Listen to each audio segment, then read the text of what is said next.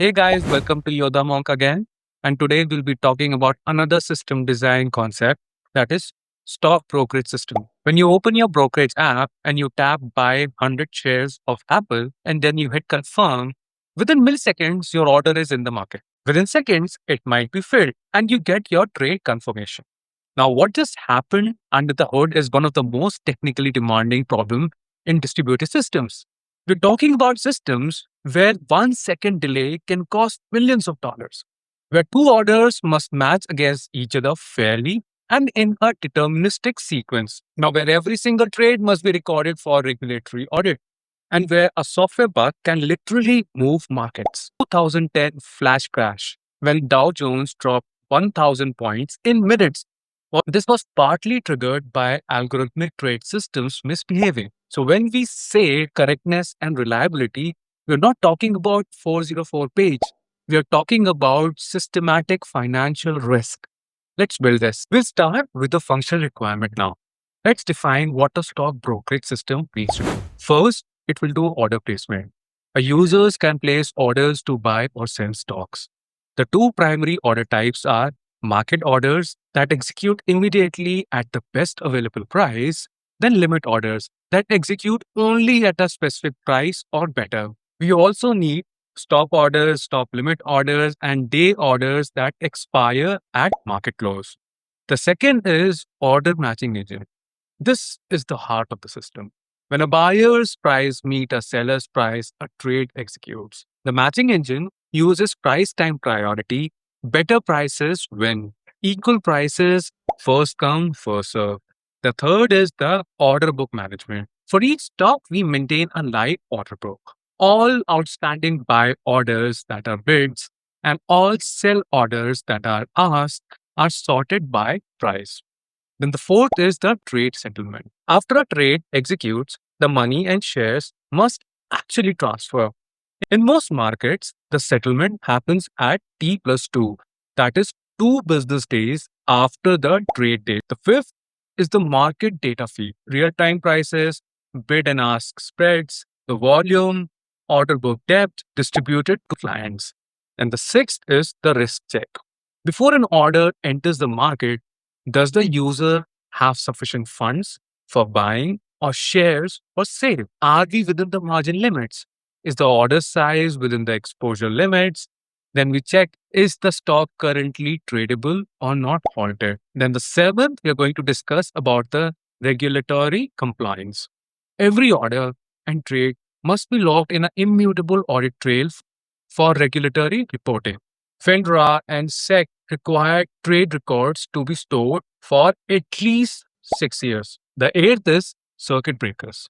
If a stock moves too fast, 5% in 5 minutes, trading is halted automatically. If the entire market moves too fast, the S&P 500 drops 7%, then the exchange level circuit breaker kicks in. After this, we will go to the non-functional requirement, where the stock brokerage system diverges dramatically from typical web application. We talk about the latency, then order processing. It should be under 10 milliseconds from the receipt to acknowledgement. Then market data dissemination should be under 1 millisecond. High frequency trade firms build co-location facilities to get sub-microsecond latency. We are designing a retail brokerage, not an HFT firm, but we still need low latency at matching engine level. Then we have the throughput. The US equity markets process about 10 billion shares per day. The NYSE alone handles millions of orders per second at peak. Our retail platform might handle tens of thousands of orders per second. Then we have consistency. The order book must be the same for all participants at one point in time. Two orders cannot be matched twice. An order cannot be partially filled beyond its size. This requires strict sequential processing. The matching engine is fundamentally single-threaded per symbol. Then we have the availability. The market trades from 9:30 a.m. to 4 p.m. Eastern Time or whatever is the time. Downtime during market hours is unacceptable. Pre-market and after-hours trading extends this window. Then we have the durability. No order or trade data can be lost. Not even a single crash.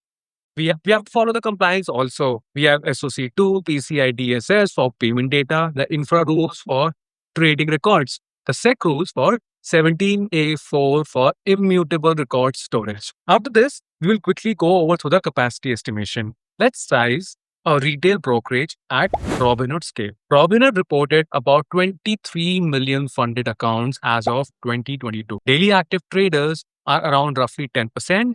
That's 2.3 million travelers on a given day. Each trader places an average of 3 orders per day. Now, the total orders per day is 7 million. That's about 1400 orders per second during a 5-hour trading window. The peak is when the market opens at 9:30 a.m. or on volatile new days. Could be around 10x, that is 40,000 orders per second. Now, about the market data. For 8,000 actively traded US stocks, each stock might emit 50 price updates per second. Now, that amounts to total of 400,000 market data events per second. Now, for subscribers, every active client needs this data. So that is around 2 million concurrent connections. For storage, each order is recorded in roughly 500 bytes. Now, 7 million orders per day, that amounts to around 3.5 GB per data. Now, the trades are roughly half of the orders execute. 3 million trades per day, that amounts to 1.5 GB per data. Market data archive, that is 400K events per second into 500 into 23,400 trading seconds per day. That is around 4.7 TB per day. We definitely need tiered storage and aggressive compression rate here. Now, here are some of the API designs. I will discuss some of the major tables, not all of them. So one of this is the orders table. In the orders table, we will have user ID, symbol, side, order type, quantity, price, timing force, and idempotency key. And it returns the order ID, status, and the timestamp. Then we have another API to cancel the order. This will be delete type. We will pass the order ID to delete it, and it will return the updated status. Then we will have the get API to get the order status. This will fetch us the full order state, including the fills. Then we have get order book. This will return the top 10 bits and asks with the price and the quantity. If you want to get the portfolio, there will be a get API for it, which returns the position, cash value, and the unrealized profit and loss. Now, if you want to subscribe to a market data, this is not REST, but this is a WebSocket. So for this, it will be real-time stream of price updates, trade ticks, or order book changes. This is through WebSocket connection. Now we'll discuss about the data models. We'll have some tables over here. Some of the tables are order table, which will have the order ID, user ID, the symbols. Then the site could be buy or sell, then order type, quantity filled, and then price and the status, then time created at, updated at. Pretty much nifty and common. Then we will have the trades table, which will have the trade ID and the details of the trades. Then we will have the position table, which will tell us about what is the position of the current trade. Then we have the cash balance table. It has the balance ID, user ID, available cash, how much cash is there. Then we have reserved cash and the last updated are. And we will have one very important table called the audit log table, in which we will audit all the events. So it will have event ID, event type, entity ID, and the old state, new state JSON created at, and the actor ID. This is a append only table. We never update this table, specifically this audit log table. Then we will have the market data table. It is a time series store. It will store the symbol, the high and low, or the price at a particular timestamp at a detailed level. Now, did you notice the separation between the available cash and the reserved cash? Now, when you place an order for around 100 shares at $185, we immediately reserve $18,500 from your available balance. You can't spend that money on any other order. Now, when the order fills, the reserve cash becomes a realized deduction. When the order cancels, the reserve cash is returned available. This prevents over-ordering without waiting for a trade settlement. After going through these basic scenarios, now we will enter the high-level design. Let me walk you through the major components. The first component is the gateway layer. This is a REST API for order placement and the management. This is the WebSocket server for market data streaming. Then we have the order management service. It receives orders, validates the basic format, assigns order ID, and persists to a database. Then we have the risk engine.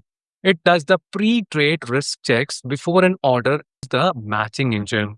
It checks funds availability, position limits, then the margin requirements and account restrictions. Then we have the matching engine, the core part. We will receive the per symbol validated orders here.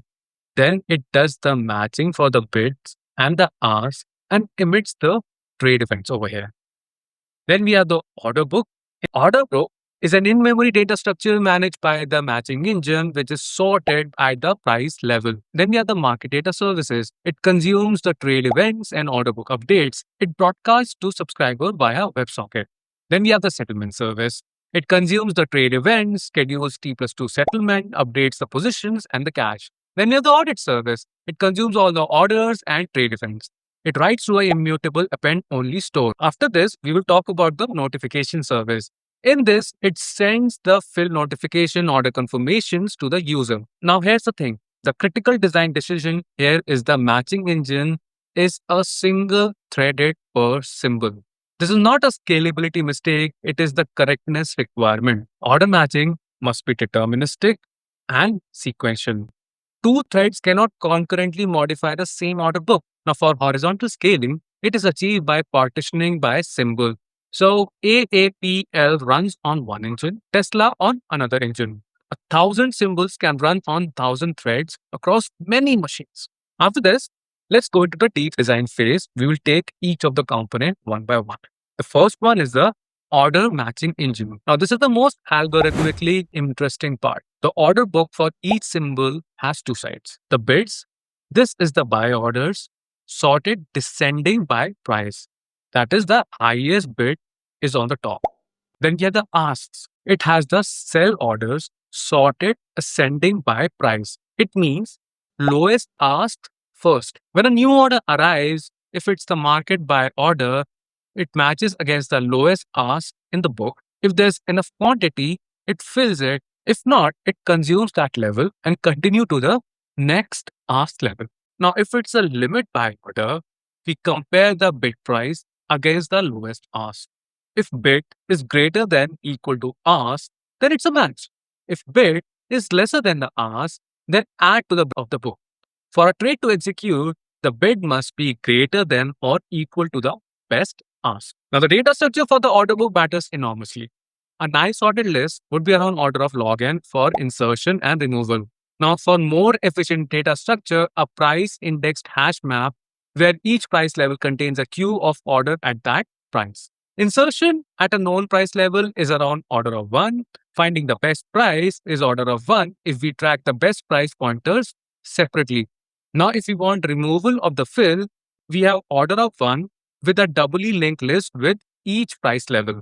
This gives us a matching complexity of O1 per fill in the common case. But here's what a principal engineer asks. What happens when a large market order eats through multiple price levels? Now, this is called price impact or the slippage. If I place a market buy for around 100,000 shares and the book only has 10,000 shares at that best ask, my order consumes the level and moves to the next price level, which is higher. My average fill price is worse than the best ask I saw before placing the order. We must handle the partial fills. An order can be instead partially filled with the quantity that is lesser than the quantity. The next component is the risk engine. Now, the risk engine runs before every order enters in the matching queue. Some of the pre-trade checks are the account status check. Is the account active or suspended? Then we have the cash check for the buy order. Is the available cash greater than the order value? Then we have the position check for sell order. It checks that does the user own at least the quantity they want to sell. For short selling, different rules apply. Then we have the margin check. If the account uses margin, then we check is the margin utilization within the allowed limits. Then we have the exposure check. Is the order within the single stock concentration limits? Then we have the trading halt check. Is the symbol currently halted by the exchange? Then we have the order size check. Is the order quantity within the allowed limits? All these checks must run in a single digit millisecond. The cache reservation and position checks require reading from a cache. not from a database on every check. We maintain an in-memory cache for account balances and positions per user updated on every filament. On startup or cache miss, we load from the database. But here's the hard part. Now, what's the consistency requirement for the risk check cache? If the cache is stale and shows more cache than the user actually has, they could overorder. Now, the solution is we should have strong consistency for the cache reservation. We can use Redis with atomic decrement by and do a check and set operation. Then we have the reserve cache atomically. If the decrement brings balance below zero, we reject and roll back. This prevents the cache from showing a positive balance when it's actually depleting. Okay, now we have the market data field. Now, the market data is a fan or problem. One trade executes, that event needs to reach 2 million subscribers within the milliseconds. The naive approach is loop through all the subscribers and push and doesn't scale. The right approach is a pub-sub multicast architecture.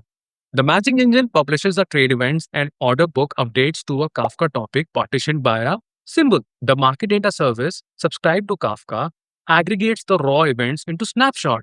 It could be best bid, best ask, last trade price, volume, and maintains an in-memory state per symbol.